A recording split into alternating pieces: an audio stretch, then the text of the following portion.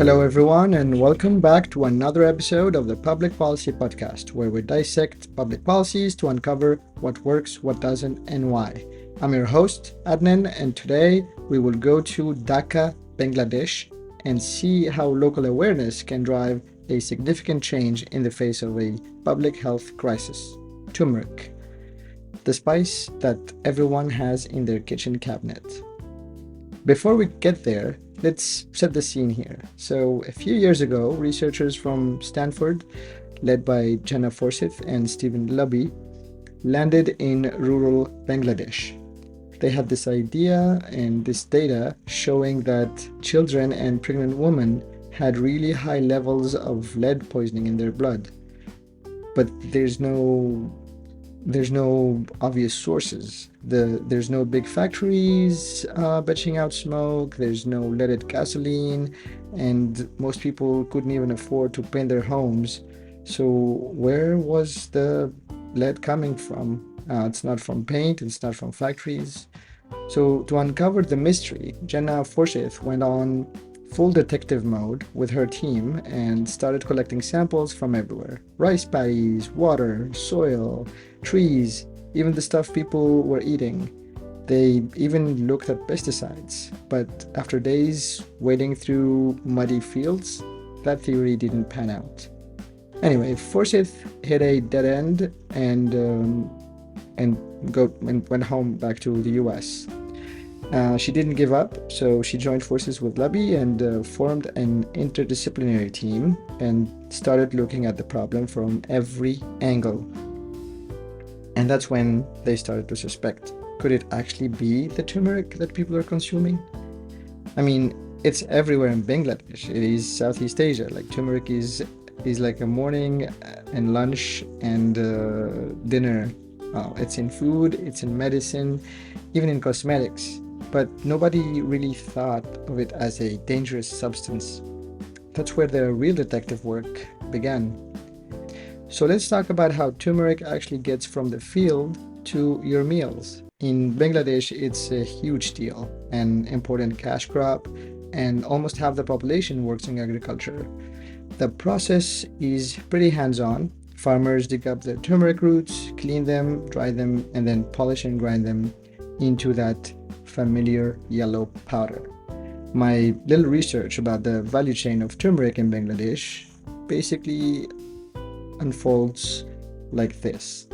So you got the farmers who basically dig up the turmeric roots and then clean them. And there are three types of turmeric: fresh turmeric, dry turmeric, and powdered turmeric. So the farmers, they actually sell the three types. Of course, the main thing is fresh. So they dig it up and then they sell it. The second type is when they sell it after they dry it on the farm.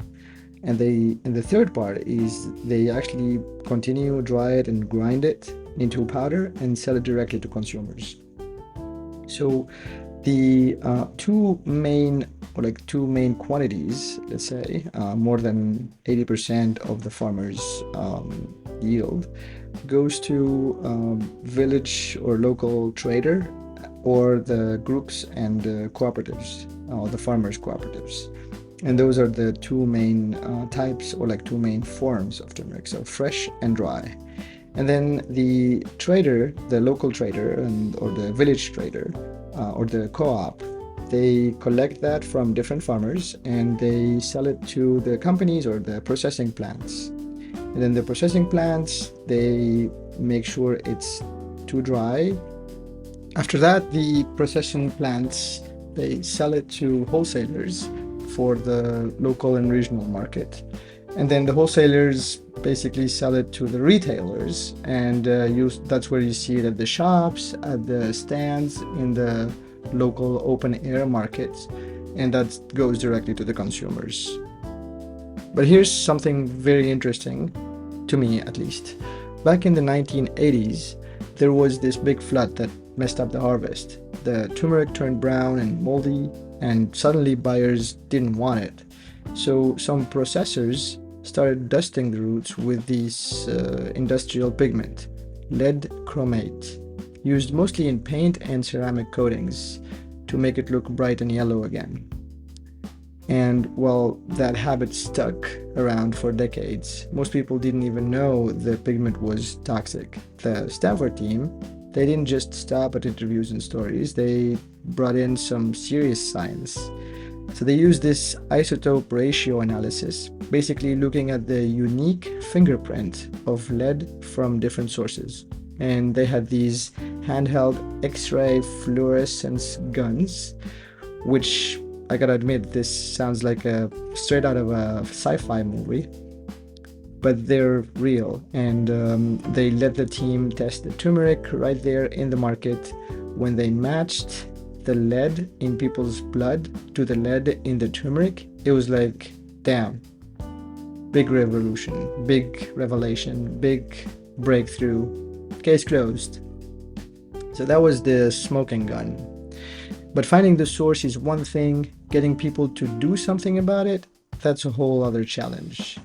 This is where the public-private partnerships really kicked in. The researchers worked with the government officials, spice sellers, and even the media. And mostly the media. There was this wild sting operation, mobile courts, soldiers, TV cameras, the whole deal. And they'd test turmeric in the market with those handheld devices, of course accompanied by soldiers and police. And if it was tainted, they'd find the sellers right there on the spot. It was, as Forces puts it, law enforcement theater. But it worked. People got the message. You can't just mess around with public health and expect nobody to notice. So what happened after all that? Well, the results were kind of amazing. In a record time, within 2 years, lead-tainted turmeric basically disappeared from the markets. The percentage of contaminated samples dropped from almost 50% to zero. And blood lead levels in the communities that were part of the initial research group were down by 30%. So that's huge in 2 years. So we're talking about millions of people here. But it wasn't just about fines and raids. There was a whole campaign in addition to that, working with teachers in schools to relay the message, working with UNICEF and other UN agencies, putting posters, news coverage, meetings with business leaders. Even the Prime Minister at the time talked about it on national TV. It was a real all hands on deck moment. The team is still looking for other sources of lead, like battery recycling, metal factories, even cookware. And the bigger question is, can this Bangladesh playbook work in other countries? I mean, every place has its own politics, its own culture, and I've seen in person anti-lead campaigns that worked because they brought in together government, business, and community leaders. But it's never a copy-paste job. You gotta adapt, listen, and build trust, most importantly. So as we wrap this up, I just want to say sometimes the biggest changes start with a simple question. Where is this coming from? And sometimes the answer is hiding in plain sight, like a spice on your dinner table. Thank you for tuning in today. I hope you enjoyed this episode. You can also join our newsletter for additional resources, updates, and exclusive content. Until next time, stay informed, stay inspired, and keep exploring. This episode was produced at L Station with help from Nicholas Stuba. L Station is a partnership between L Space Social Innovation Hub and XI Talents.